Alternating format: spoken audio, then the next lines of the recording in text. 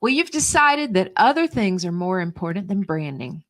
That's unfortunate because people meet your brand before they meet you. We're going to share why branding is the most important thing you should do before you do outreach, before you market yourself, even before you generate leads. So if you've decided to wait on branding, remove yourself from all distractions and please listen closely to this episode. Yeah, listen to the voice of experience. I am a serial entrepreneur. I used to think, first off, that I needed marketing. It wasn't what I needed, even though I've been a serial marketer all my life. Tanya taught me I needed branding. But even when that happened, I thought branding was something I should do only if I had the luxury of some extra time and money. And who has that ever? Right. And I thought it's more important to just generate leads because leads lead to sales. If I just had the leads, I could sell more. But once Tanya really shared with me the importance of generating the right type of leads, that made perfect sense to me. I didn't want to waste my time chasing after wrong leads because the time was something that I didn't have any more of. And here's another thing that I know from experience. Life is extremely busy. Most likely it's busier than ever for every one of you entrepreneurs out there because we're finding starting about spring of last year that it became busier and busier and busier and busier for us, right? But look, busy comes and busy goes, and you still have to grow your business even when you're busy. And when one busy goes and another comes along and takes its place, time flies, and the things you really should have done, they just don't get finished. But here's what you need to know. Nothing is more important to your business than how your customers view you. That is it. Like there's nothing more important than that. And it's totally in your power. And talk about all up in your busyness. I like that. That's true. All right. Think about this. 98% of the time, people meet your brand before they meet you. They see you on social media. They see your ads. They watch your videos. They read your articles. They hear about you from other people. All those things are great. But I ask you, what's more important than shaping the way they see you everywhere else before they meet you? Right. Nothing is more important to your business growth than having your brand precede you. It's a soldier for you. It works 24/7, even while you sleep. So you can begin to work that smarter, not harder thing, that cliche that you really wish you could get to. Your prospects and your customers need to know why they should be doing business with you. They need to know what makes you different from the hundreds or maybe even thousands of others who are also doing the exact same thing that you're doing. And if you don't take the time to really dial that in, you're going to wish you did. Next week, next month, or heaven forbid, next year. I cannot tell you the number of clients we work with that said, I heard about you a year ago and I'm finally getting around to talk to you. And we're like, well, finally is here because if you'd have done it a year ago, we would have already doubled and quadrupled your income. But thank God you're starting right now. Yes. Tanya used to say all the time, the best time to plant a tree was 20 years ago. The second best time is today. Exactly. Okay. So what I'm going to share with you now is just a breakdown of daily business life so you can see what we mean about your brand being the most important thing. Okay. So there are 3 phases to customer acquisition for almost every one of you. Mm-hmm. Okay. There's the introduction phase, the part where you don't know your prospect yet and they don't really know you, right? You're just meeting for the first time, or they've just been exposed to you for the first time, right? You haven't yet met. That's introduction. The second phase is engagement. You are actively engaged in some type of conversation. You're met with them. You're having conversation with them.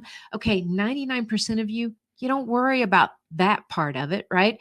Because your brand actually comes out, what you're known for, what you stand for, the things you want to communicate. You can do that once you get across from a person. Now, you can do it a lot better if you know exactly what to communicate, which is another part of benefit of branding. But the second part is not where we worry about you. Okay. Then there's the third part. Let's say you are introduced or you meet 10 people this week, but only 2 of them decide to move forward with you. That means 8 of them are still kind of hanging in the balance. So the question is, what are you going to do to ensure that the things you want them to know and see about you, in other words, what you stand for, are going to remain out in front of them until they make that decision as to whether or not to do business with you? Where most people lose business is on the front end in the introduction phase. Think about it. We don't even know how many opportunities are being missed because you are not positioned correctly in the mind of your prospect before they meet you in person. Okay. They miss business on the front end. They miss business on the back end, that follow-up phase where you've got to stay out in front of them with your message, with your image until they make the decision. Most people don't lose it in the engagement phase. It's introduction, it's follow-up.